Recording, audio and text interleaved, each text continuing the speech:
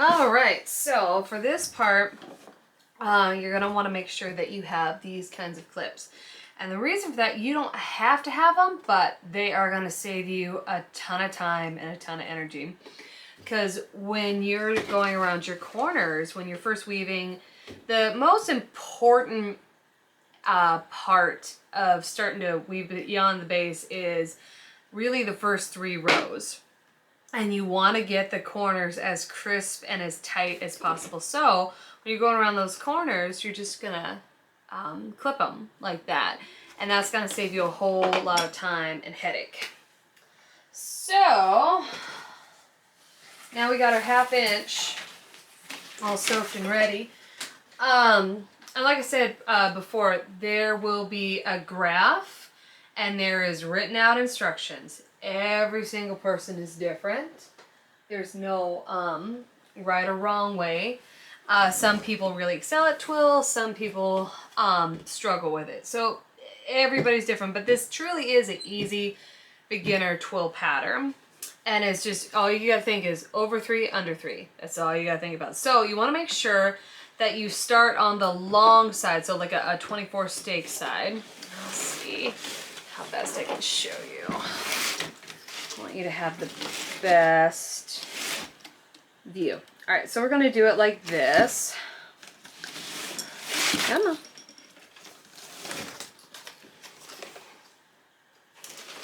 So you're gonna start on the very end. Let's see.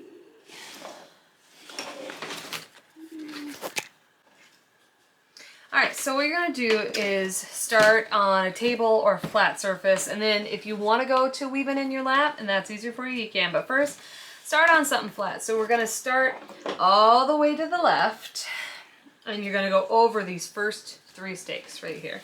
Go over 3, under 3, all the way around. Now, this is what will screw a lot of people up. This happened in class a bunch of times. They will forget to treat this as one of the spokes, this handle, and they'll go around it. You gotta make sure you count it as well as all the others.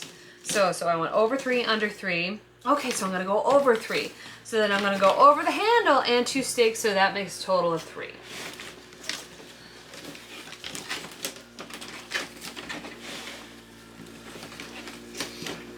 Now, once you get to this corner,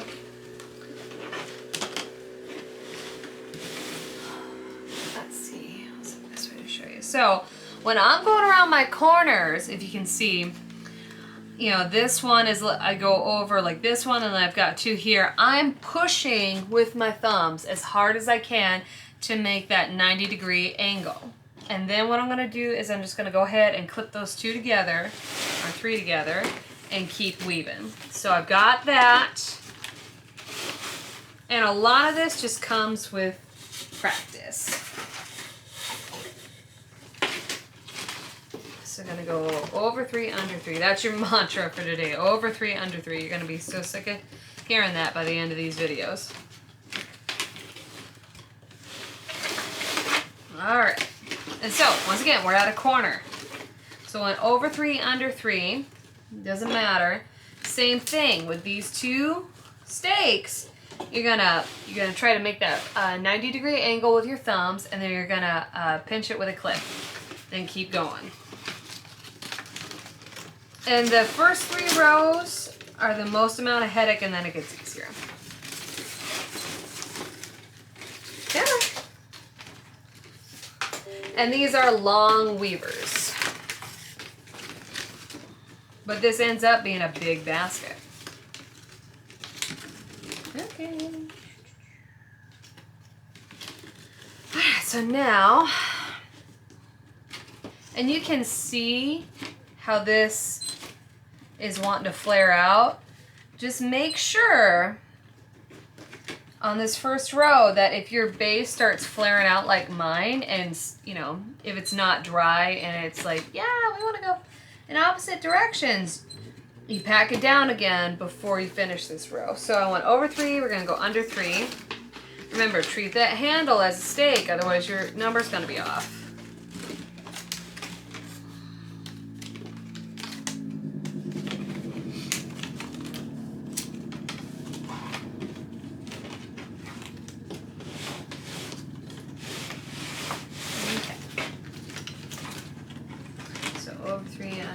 over 3.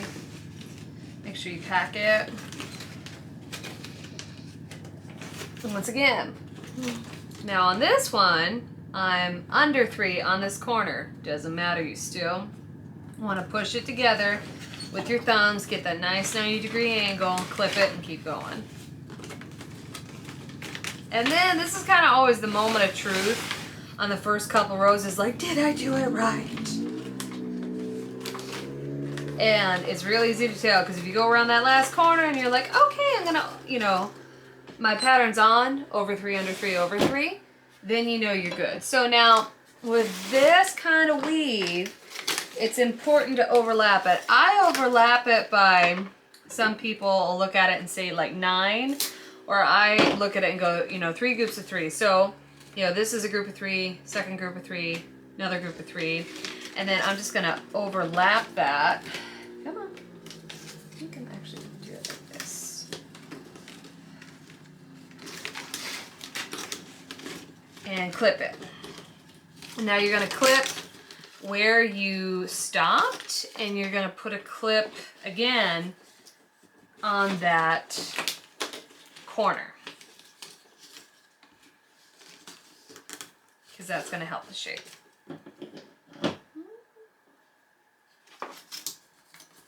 Okay, so now kind of the rule of thumb with this, with these kind of baskets is wherever you stopped, whatever side, if it's a four-sided basket, you want to go to the next side. So now, go to the next side, and there will be a graph. But what you do is you're gonna go, I look at it like it's a staircase. So every staircase, the step above it increases by 1 or increases by 6 inches. So that's what you're looking for on here. You'll see it and say, oh, okay, so this goes up. So here's over 3, and then you want it to go over by 1 and then over 3 again. So it looks like that staircase going up.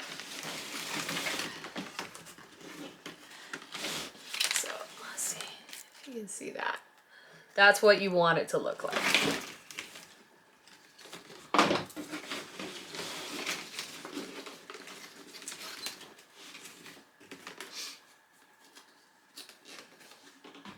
Once again, clip it and keep on going.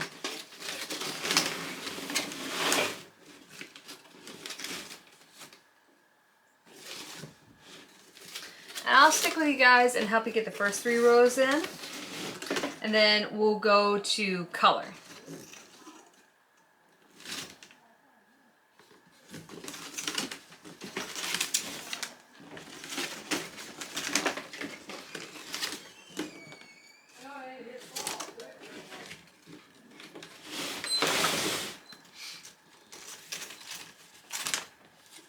I actually just caught myself screwing up because I was going to go over 4 instead of 3.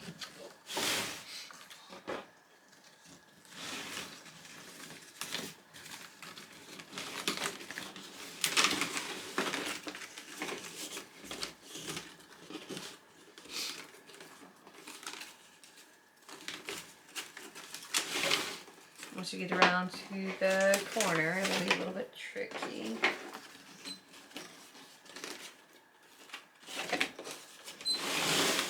But same as before. You're going to make a 90-degree angle with your thumbs and clip it.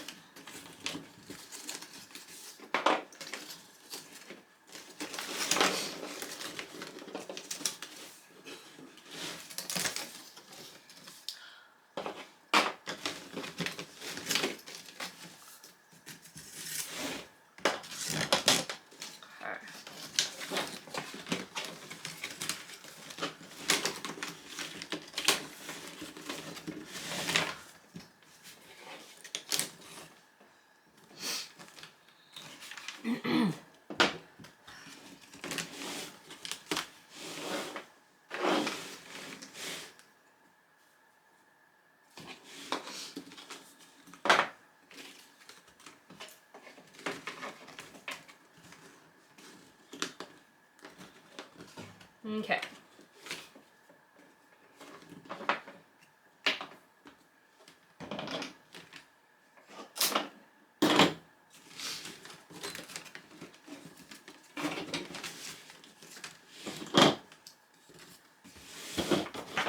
Alright, so now we're on that third row. Once again, you're rotating the side that you're starting on. And I would not recommend starting on a point where the handle is, because then once you go and overlap your weaver and you step up, that's going to be a little bit too bulky. So I'm going to start back here. And clip it. No, come back. Clip it right there and just keep on going. So let me get past the handle and I can show you what we're really looking for in these first couple of rows, or first 3 rows. So see how this is stacking up just like a staircase? You can see it now on this 4th row. These ones that are kind of hanging loose, these will get caught up in the design. So it's all looking good. And then, you know, you can go back, and if your base is still looking a little bit floppy, even on row 4, you can go back and pack it in a little bit more and just make fine adjustments.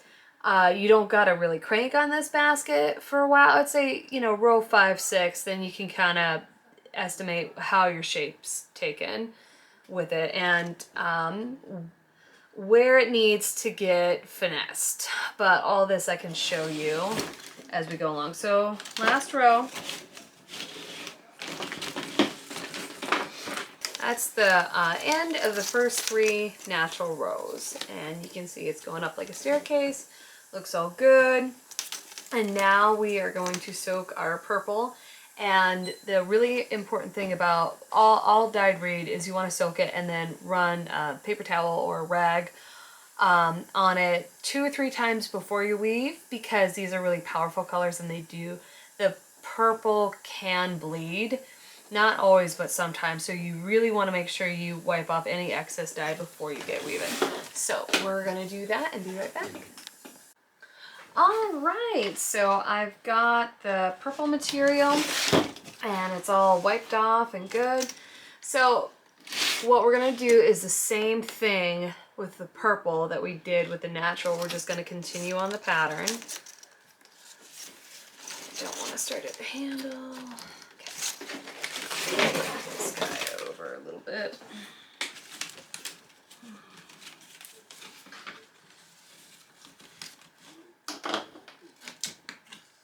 Okay.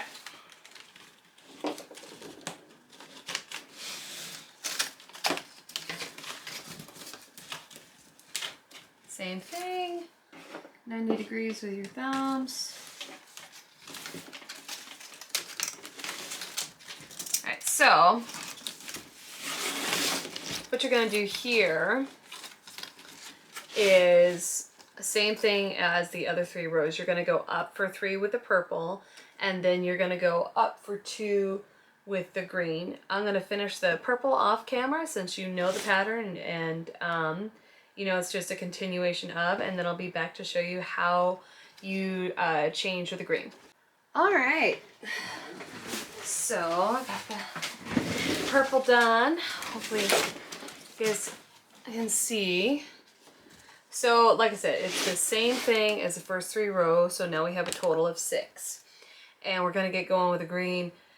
And we're gonna go as we were for 2 rows. And then the only difference is we're gonna start going backwards for a couple rows before we end to get the arrowhead pattern.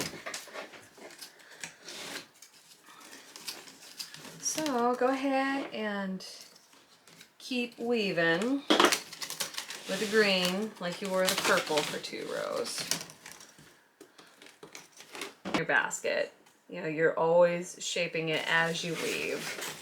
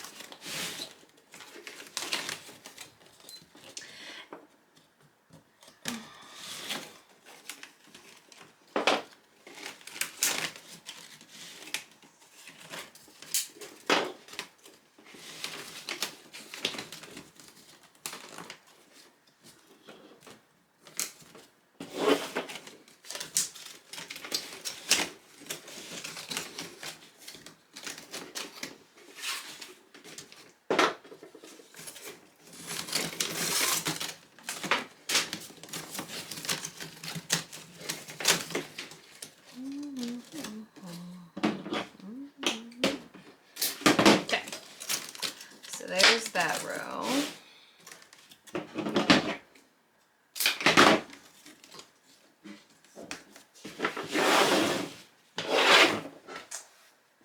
Alright, so we got one more normal row. I think this will be a good piece to, if this runs out, I can show you how to splice in a short piece.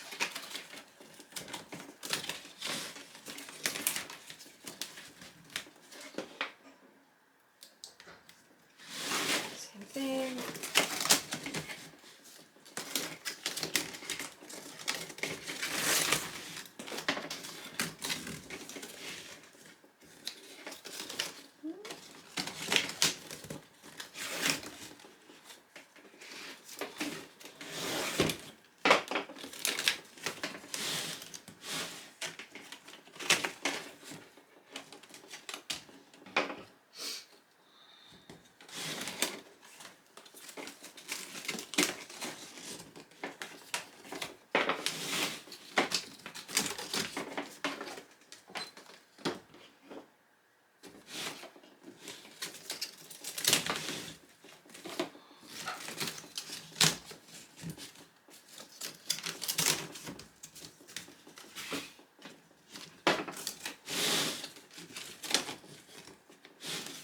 Okay, so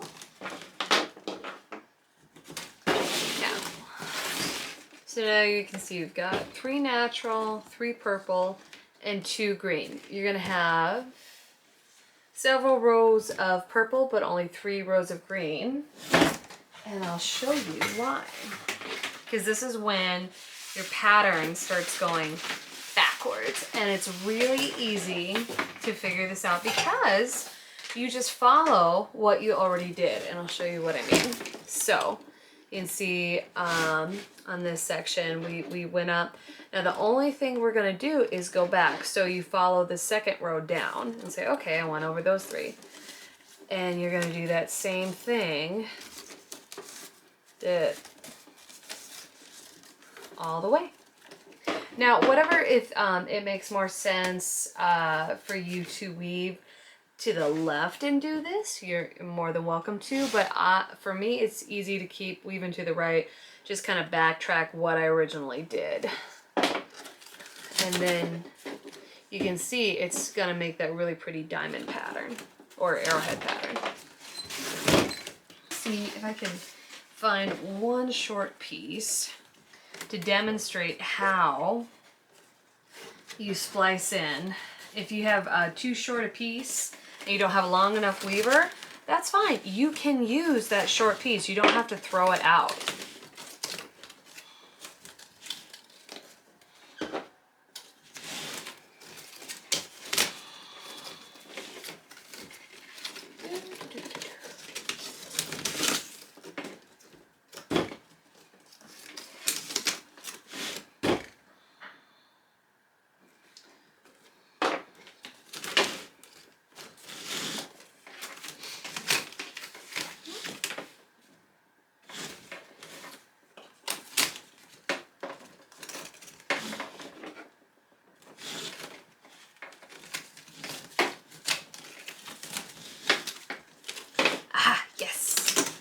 Will be too short.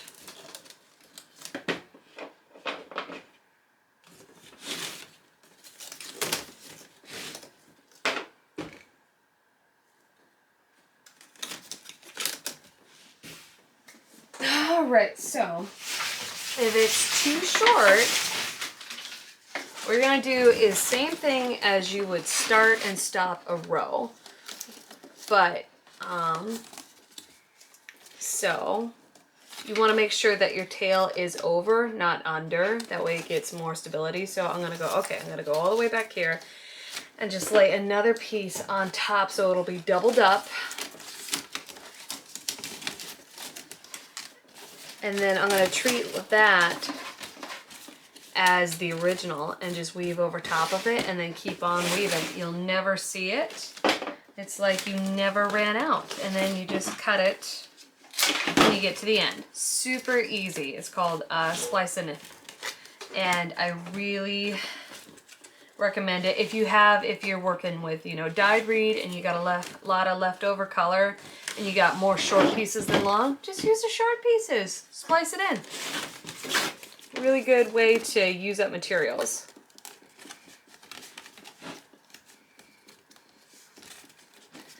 Okay. So you can see now that Arrowhead's really taking a dramatic look. And it's very big and very dynamic.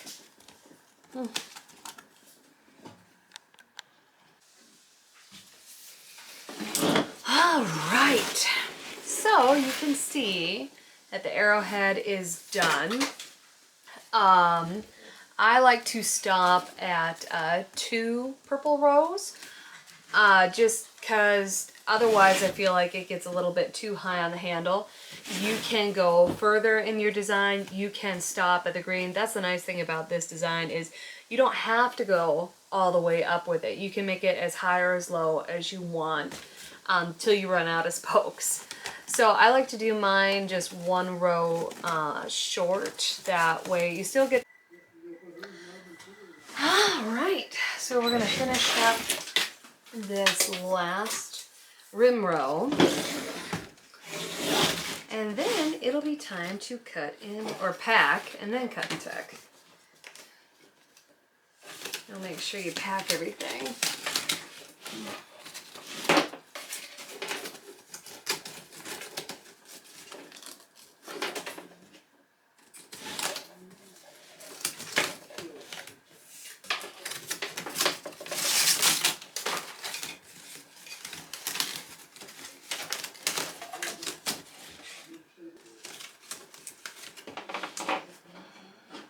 So now you just want to go through and pack everything. Let it dry out for a while before you do this, just to make sure that you can get it all as put together as possible. And another way to do it is you can take the stakes and just pull them up like this.